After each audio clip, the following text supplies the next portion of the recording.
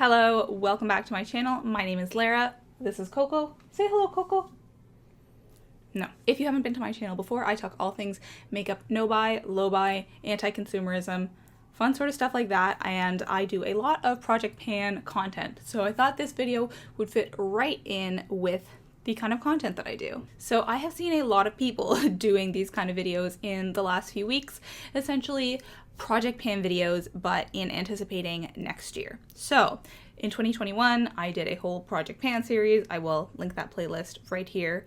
And of course, in 2022, I'm going to continue this, but I will have to pretty much start over with a whole new set of products. I mean, hopefully I will. It is the last couple weeks of December right now, so there's certain things that I am anticipating having finished by the time 2022 begins. And even if I don't, I kind of want to start fresh with these products anyways, with the exception of, I think that there's one thing that I'm keeping in the project. But anyways, this is going to be 15 to 20 products that I'm hoping to pan in 2022. And it seems like a lot, like I'm looking at the pile right now, and it seems pretty large. But when I think about it, every month, I have at least a couple of makeup empties. It was definitely more towards the beginning of my no-buy. If you don't know, I have been on a makeup no-buy / low-buy for 3 years now, and so I was getting through a lot of products at the beginning. This last sort of 6 months, I've only got through maybe like 2 makeup product empties per month, but still, even if I only have 1 or 2 per month, that still works out to about 15 to 20 empties throughout the whole year. So these are the products that I am hoping and anticipating I will finish in 2022. So let's get right into it. So I think we should just sort of go in the order that I would apply makeup on my face. First off, I would start with a primer. So this is actually a set. This is from Becca. It is the Evermatte Poreless Priming Perfector and Evermatte Shine Proof Foundation.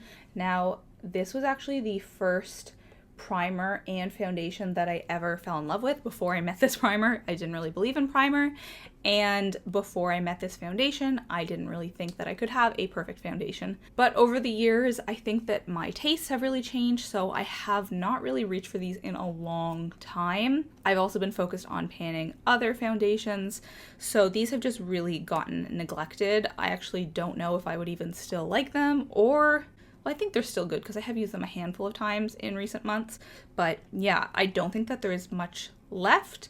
So I think if I get through the products that I'm planning to in the next little while, then I will move on to these, and these probably won't take me that long if I use them every day. And I don't have that many foundations, so once I get through the one I'm currently working on, I pretty much will have to work on this every day. And on that topic, this is another foundation that I'm hoping to work on. This is the CoverGirl Clean Fresh Skin Milk Foundation. Very polarizing. There is not much left in this, even though I haven't had it for that long, because I use this every day in combination with the Tarte foundation that I'm currently working on, and I use much more of this than the Tarte one. The Tarte one is too dark for my skin tone, so I have to lighten it up with this. Also, this is only 30 milliliters, whereas, for example, this foundation is 40, and I'm pretty sure the Tarte one is even larger than that, though I probably should have checked that before filming this video. So this has been really quick to get through, and I might actually try to finish this before I finish the Becca one, or I'll try to use them in combination. I've never tried that before. We'll see. But because there's only a little bit left in each of these, I anticipate being able to get through them, because again, I don't have very many foundations in my collection, and it's a product that I use pretty much every day. Whereas like bronzer and highlight, I don't find that as necessary personally as foundation. I know some people are like anti-foundation and they only use concealer, but yeah, that's not me. So we have those 3, and then concealer. Oh, I wish I hadn't turned this on its side, but you can kind of tell. This is the MAC Pro Longwear Concealer, and at the bottom you can sort of see a line there a little bit with how much is left. It's not very much, but I do also simultaneously feel like it has been at that very small amount left for a long time, and this is the only concealer that I use. Like, I don't reach for any other concealer, so this is really slow going because it is so high coverage and so thick, so you only really need a little bit at a time. This is my second one. I used to love it, and so I purchased a backup, but of course by the time I got to like the bottom of the second one, this is no longer my preference when it comes to concealers.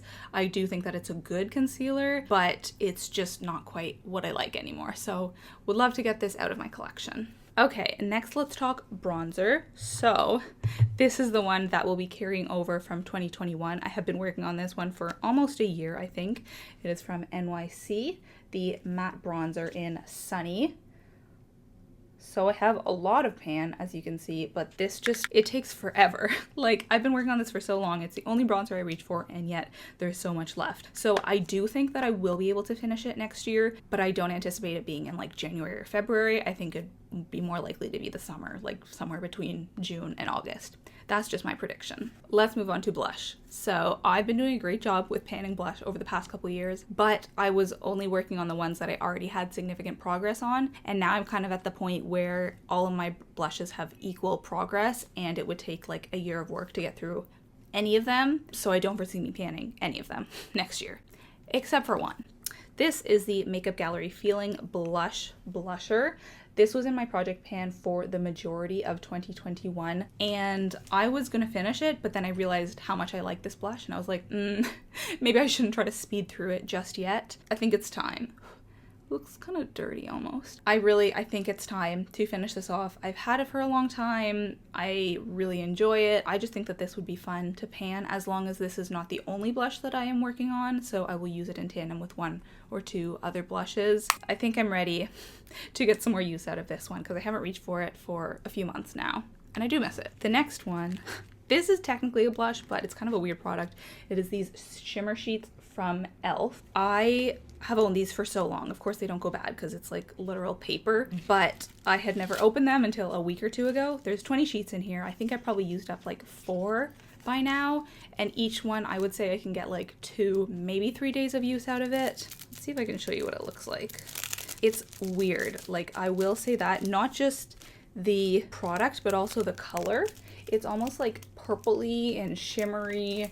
I don't dislike it, but it's also not the kind of blush color that I would usually go for. Yeah, it's got a real sheen. It's very obvious. I just kind of want to get these out of my collection, and because there's only 20 sheets in here, I think maybe by March I should be able to get them done. I was kind of hoping to have them done by the end of 2021, but I just was not diligent enough about it. So 2022, that's the plan. Okay, actually, while we're talking about sheets like that, let's talk about these Shine Eraser oil blotting sheets from e.l.f. This is the same thing, but it's just, you know, to prevent you from getting oily. There's 50 sheets in here, although I've been working through these for a long time, so I don't think there would be more than like 10 to 15. I have been using these all year, and I think they're fine, but I don't find them that much better than blotting with like toilet paper or like the back of my hand or something like that. It's just a way to remove oil. That's no better than other ways to remove oil, but I would like to get these out because you can see they're showing their wear. These look very old. It's mostly because they've been in my makeup bag for so long, and that thing gets, it's a lot of use. Lots of things going on in there, so that's why it's not looking great. Okay, let's talk about powder. This is the Laura Mercier Translucent Loose Setting Powder. This is 29 grams, so it's a huge product. I have been working on this for the majority of 2021, but there's a lot left. I think I like pressed powder better than loose powder. Something that I learned, you know, in retrospect, and that I have learned over the course of this no-buy. And I kind of think that this is too old, so I just want to get it out of my collection. And yeah, I've been working on it for so long that I'm at the point where I'm like, why aren't you done already? Even though it's good value. It's expensive, but it takes a long time. So I will grant it that, but I'm just kind of over it. Okay, this next one will be very familiar because this was actually in my project pan all of last year, but I was working on one product in particular. So that middle one there you can see is completely finished. That was in my project pan this year, and now these 2 other colors, I will be working on those next year and trying to finish those off. This one goes by very quickly because I have to use a lot of product every single day. This one I can, you know, only use a little bit at a time. So that one will take a lot longer, I'm expecting, but I do think that if I use it every day, I should be able to use it up next year. That is actually the only eyebrow product that I have in here, because after I finish like the waxy brown color, I have so many other options of eyebrow products to reach for.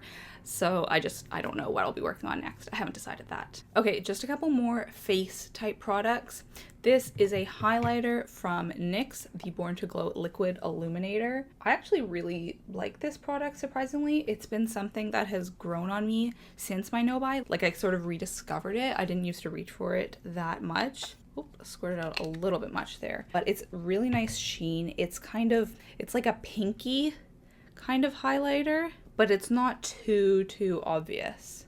So I usually use this in tandem with another kind of highlighter.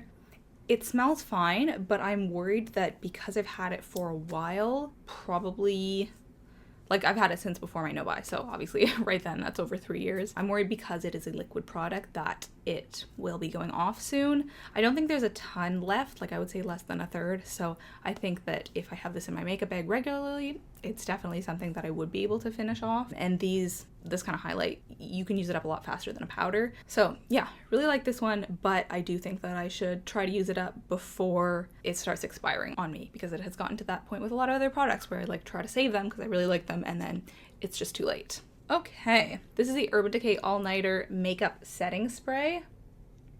Now, I like this, don't get me wrong. Actually, I should probably use a bit of it today. I have not used any setting spray today. Perhaps I shouldn't have done that on camera. Now I feel like my face has to set. But I have this in a larger size. Like this is a mini. I have the larger size, and this one smells differently than the other one. Although I got it recently. Actually, does it say? It doesn't say the expiry date. Oh, it says it's only good for 6 months. That doesn't seem very long. How would you use up a large size of this in 6 months? I know that that's a bit of an over-exaggeration, but still, that doesn't seem very long. I might have had this for longer than 6 months. Well, maybe that explains it then. Anyways, I would like to use this up. I just don't use setting spray every day, so that's why. But I guess now I should be using setting spray every day. Okay, those are all the face products. The rest of these products are mascaras and lipsticks. Yeah, I kind of feel like the face products are the important things. These ones are important too, for sure, but there's just like a lot more of them. So I'm gonna go through them somewhat quickly. So let's talk about lips. This is a Bite lipstick in the color Chai. I think this has been discontinued. This was, my face feels kind of like sticky now. This was part of the Sephora birthday gift a while ago, and I feel like everyone has already finished theirs off. This is actually what I'm wearing today. I really, really like it. It's a nice color on me. It looks more kind of like nude in here. On my lips, it looks a bit more purple, but it feels very nice on my lips. It's a beautiful color. I do enjoy it, but I just want to use it up before it expires. And I have really only used it a handful of times because I like it.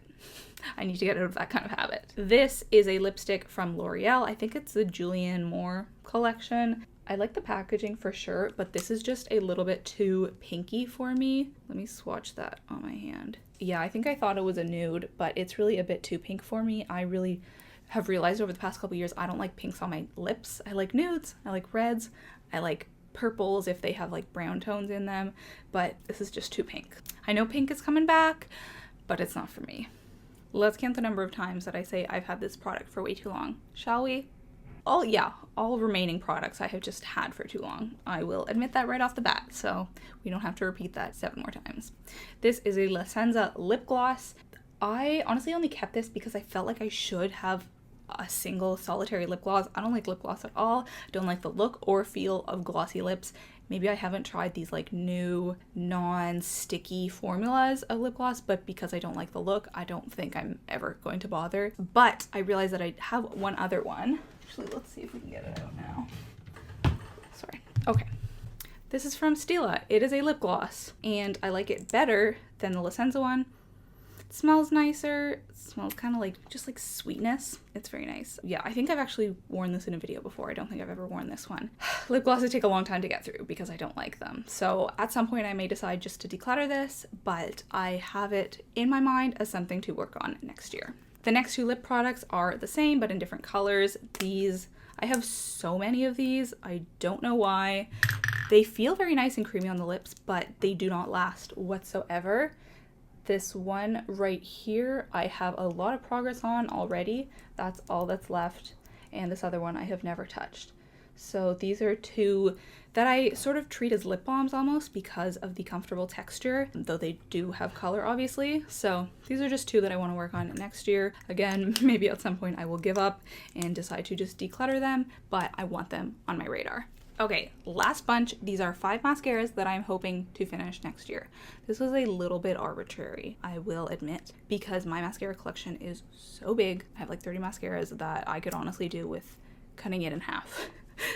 But that's not realistic. I know that I'm not going to get through 15 mascaras in the course of 1 year. So I'm putting 5 in here. and we'll see how we do. Some of these have been in my makeup bag for a while. This is One by One by Maybelline.